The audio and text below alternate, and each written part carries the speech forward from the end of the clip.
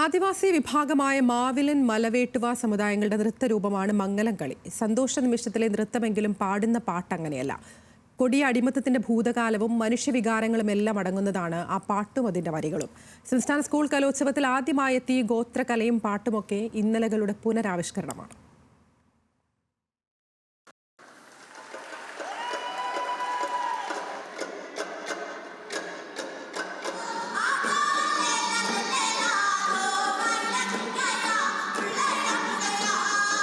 ചാളകളപ്പോ ചാളകളോ കാവിരി കണ്ണും ചാളേ, ചാളകളപ്പോ ചാളകളോ കാവിരി കണ്ണും ചാളേ, നെല്ല് 3 വരമ്പത്ത് വെക്കുമ്പോൾ കേടയിരിക്കും ചാളേ, നെല്ല് 3 വരമ്പത്ത് വെക്കുമ്പോൾ വേലി തലമേലേക്ക് പാറിയിരിക്കും. ചാളപ്പാട്ടിൽ അതായത് ഒരു സ്ഥലത്ത് നിന്ന് മറ്റൊരു സ്ഥലത്തേക്ക് ഞങ്ങളെ തമ്പുരാൻ കൊണ്ടുപോകുന്നുണ്ട്. എന്നാലും നമ്മളെന്ത് ചെയ്യും, അതൊക്കെ തരണം ചെയ്തുകൊണ്ട് മുന്നോട്ട് പോകുന്നുണ്ട്.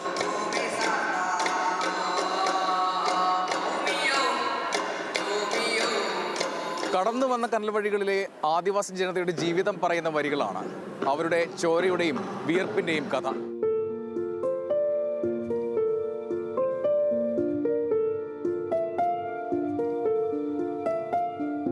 മംഗലംകളിയുടെ പ്രചാരക കാസർഗോഡ് ബാനത്തെ ഉമ്പിച്ചമ്മയുടെ മകൻ മോഹൻ ഈ നൃത്തം പഠിച്ചെടുത്തതല്ല, വളർന്നു വന്ന ജീവിത വഴികളിൽ മനസ്സിൽ ഉറച്ചതാണ്.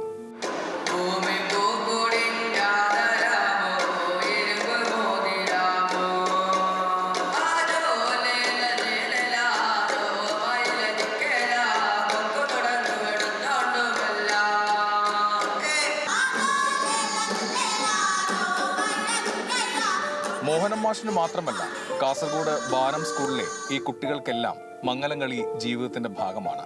അരങ്ങിലെത്തിയവരിൽ ഭൂരിഭാഗവും മംഗലംകളി പിന്തുടരുന്ന സമുദായത്തിൽ നിന്നുള്ള കുട്ടികളാണ്.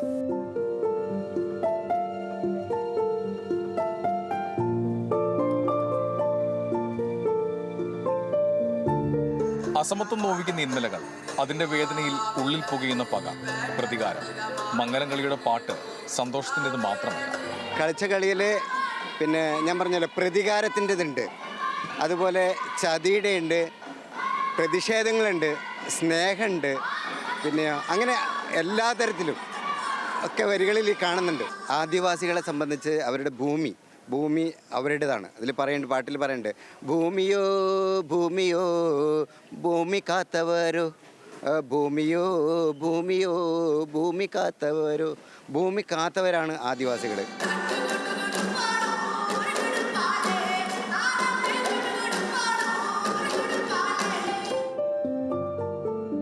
ആ രാഷ്ട്രീയം കൂടി ഉൾക്കൊണ്ടാണ് പുതിയ തലമുറയും മംഗലംകളിയിൽ ചുവട് വെക്കുന്നത്, പാടുന്നത്, തുടികൊട്ടുന്നത്. അതിന് സങ്കടം, സന്തോഷം, ദേഷ്യം പറയുന്നുണ്ട്.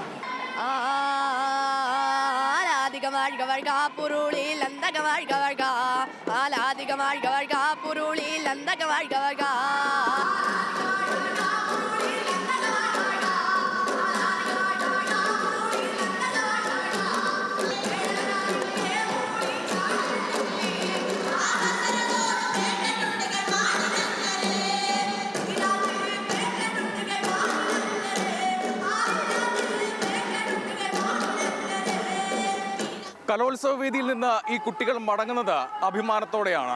ആദ്യമായി ഗോത്രകലയെ, ഇവരുടെ ജീവിതത്തെ പരിഗണിച്ചതിന്റെ സന്തോഷത്തിൽ. രതീഷ് കട്ടലയ്ക്കൊപ്പം ബിനിൽ ലീല സാബു, ന്യൂസ് മലയാളം, തിരുവനന്തപുരം.